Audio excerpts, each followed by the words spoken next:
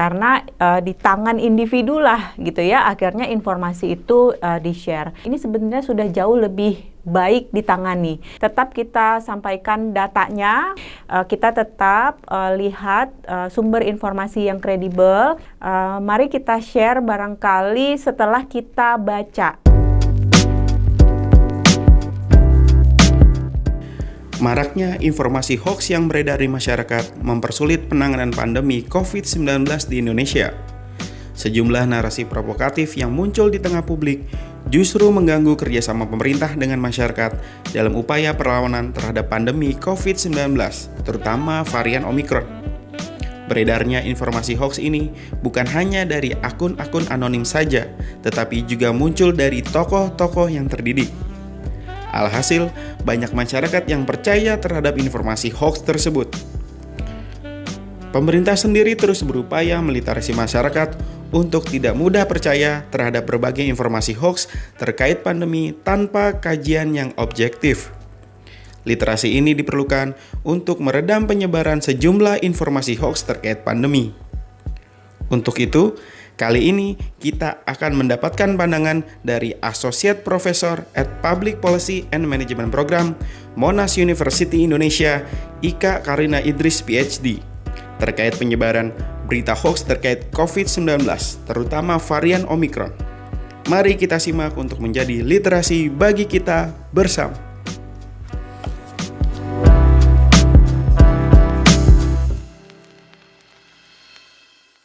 Jadi memang kalau terkait pandemi ya, hoax itu tidak sepenuhnya memang karena ketidaktahuan, tapi lebih banyak karena khawatir. Ini kan sesuatu yang baru, bikin orang cemas gitu ya.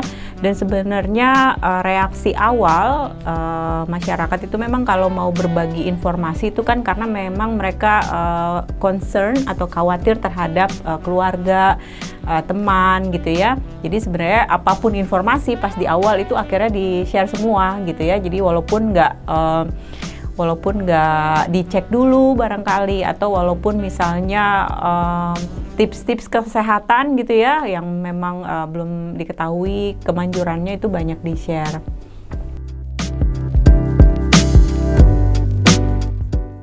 Jadi memang untuk konteks pandemi itu kan sebenarnya untuk konteks hoax itu kan sudah lama ya. Jadi bukan cuma karena pandemi gitu ya. Jadi memang sudah ada masalah itu terlebih dahulu. Namun barangkali karena sebelumnya masalahnya tidak melibatkan semua orang gitu ya. Jadi misalnya ada masalah politik di daerah tertentu gitu ya, di daerah lain tidak merasakan gitu. Tapi ketika pandemi ini semua kena dampaknya.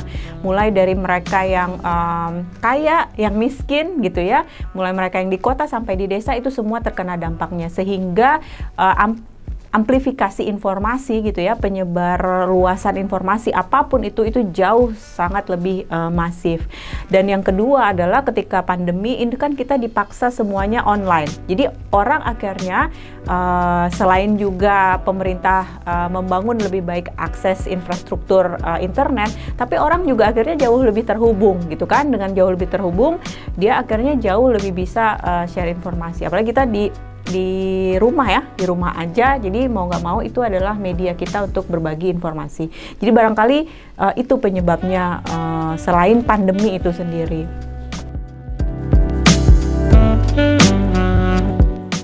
Jadi barangkali saya sampaikan dulu mengenai ekosistem disinformasi gitu ya. Jadi kalau kita bayangkan lingkungan, ini kan masing-masing ada ada makhluknya gitu ya, ada yang berperan dan memainkan peran. Nah, yang pertama tentu ada, atau yang paling sering disorot adalah masyarakat itu sendiri, karena di tangan individu lah gitu ya, akhirnya informasi itu di-share. Website mereka bisa dapat income dari situ, dapat dari iklan gitu ya, atau barangkali dari kliks gitu. Itu yang mempengaruhi. Lalu ekosistem selanjutnya itu sebenarnya di media itu sendiri. Nah, mass media ini juga kan struggling ketika pandemi, dan akhirnya mereka itu meng-hire juga apa yang namanya content konten kreator, jadi bukan jurnalis. Nah, konten kreator ini ada salah satu media yang besar waktu itu kita di studi sebelumnya menganalisis tentang Pancasila. Jadi Pancasila itu kan rame ya, tiap hari kesaktian Pancasila itu selalu rame. Nah, waktu itu pas kita tangkap ternyata ini ada satu media besar, mass media yang kredibel. Lalu terus kok bisa mass media yang kredibel, tapi pas kita lihat narasinya gitu ya, itu narasinya nggak jelas agenda settingnya. Ternyata bagian yang mengerjakan itu adalah teman-teman konten kreator, jadi bukan jurnalis. Jadi tujuan mereka memang untuk mendapatkan keuntungan sebanyak-banyaknya dan post yang banyak. Nah, yang terakhir yang saya sering kali menyampaikan dan ini yang paling sering dilupakan, itu adalah platform itu sendiri.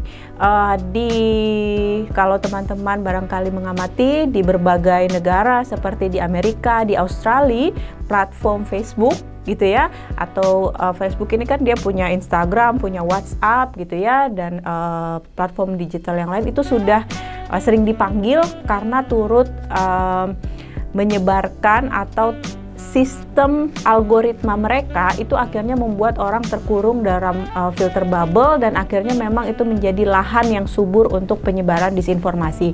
Nah, ini semuanya saling kalau dalam ekosistem saling berinteraksi.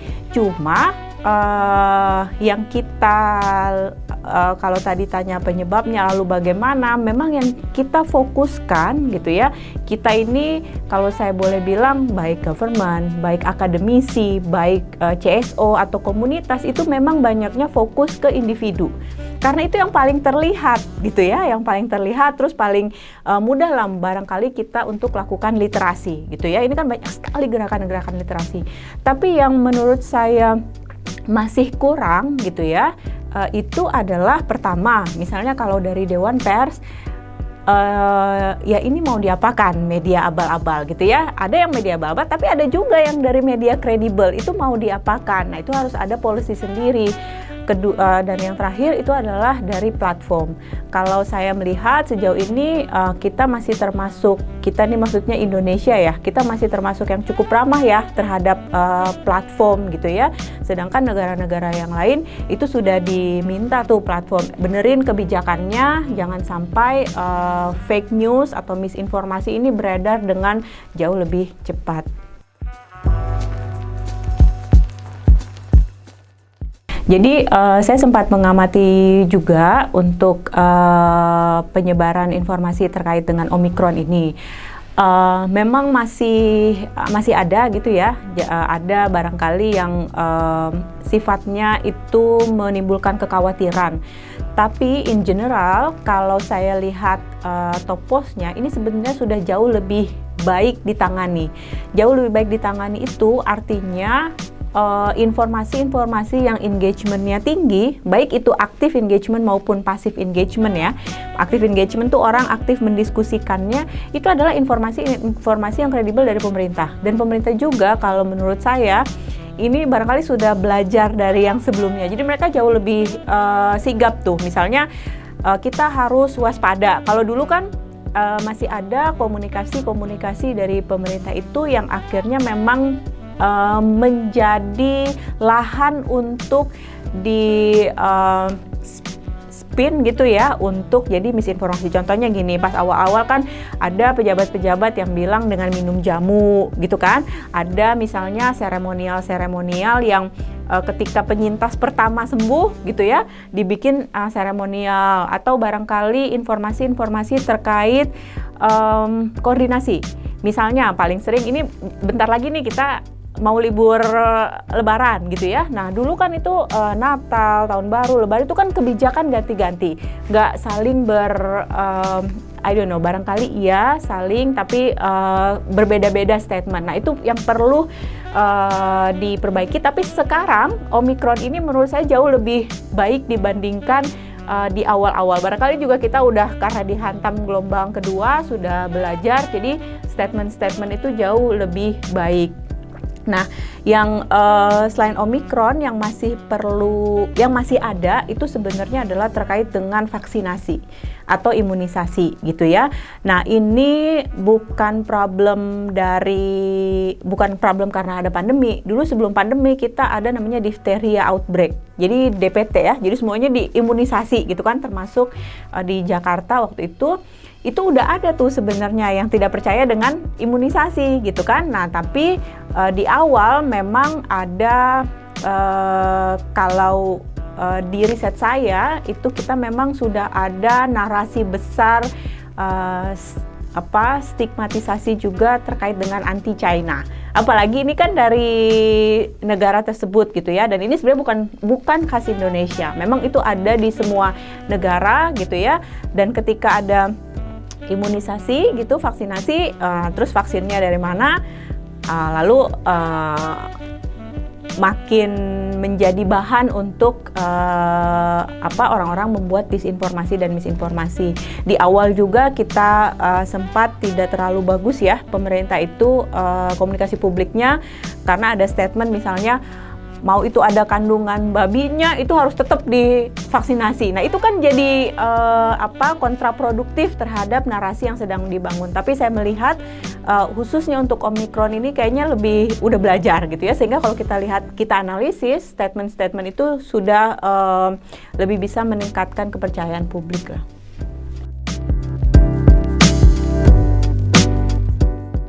Kalau tentang Omikron, pertama yang saya lihat memang ini ada di awal framing yang terlalu lembut kalau menurut saya. Contohnya memang ada framing bahwa Omikron ini tidak separah Delta. Jadi karena tidak separah Delta, walaupun dihimbau misalnya tetap taat protokol kesehatan, mengurangi bepergian, ya kan, kalau tidak penting itu kan udah ada gitu kan. Tapi orang kan karena ada framing tidak separah Delta, jadi dianggapnya itu masih bisa. Padahal Delta ini kalau kena itu parah banget gitu ya. Ini kayak Omikron juga parah, tapi karena di framing tidak separah Delta, jadi ada resiko yang lebih rendah. Padahal sebenarnya resikonya juga sama.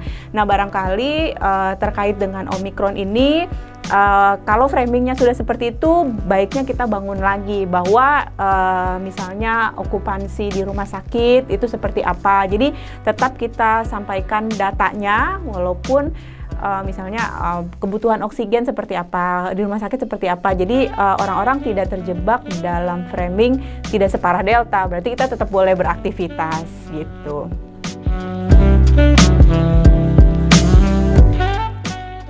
Terkait dengan Omikron ini, bagaimana membedakan berita yang hoax atau enggak? Kalau menurut saya gini, kita tetap mengacu ke informasi-informasi yang sumbernya itu kredibel gitu ya. Kalau ada kesimpang siuran, percayalah bahwa sebenarnya ini kita sedang menghadapi ketidakpastian bersama-sama gitu ya. Jadi bukan cuma pemerintah kita gitu ya, atau barangkali bukan cuma ilmuwan kita yang kebingungan gitu ya, di negara lain juga seperti itu. Jadi kita tetap lihat sumber informasi yang kredibel. Lalu yang kedua, menurut saya jika ingin men-share informasi, saya tahu teman-teman pasti punya kekhawatiran gitu ya, kekhawatiran sehingga mau men-share gitu. Tapi mari kita share barangkali setelah kita baca gitu ya. Jadi kita baca, karena sekarang banyak kalau kita cuma lihat linknya, misalnya dia pakai nama media kredibel, tapi ternyata belakangnya beda, misalnya harusnya com tapi jadi co atau jadi co ID, padahal itu bukan media yang kredibel. Jadi mari kita melakukan kewajiban kita gitu ya, membaca, lalu kita barangkali share lebih dulu di kelompok-kelompok kecil. Jadi jangan sampai kita mengamplifikasi, karena yang paling bahaya kan sebenarnya hoax itu tidak akan menyebar luas kalau nggak ada yang amplifikasi ya. Yang memproduksi itu pasti ada kalau menurut saya. Pihak manapun pasti dia punya kepentingan untuk memproduksi, tapi mari kita lakukan peran kita untuk tidak mengamplifikasinya, sehingga biarkanlah itu berhenti di sana gitu ya.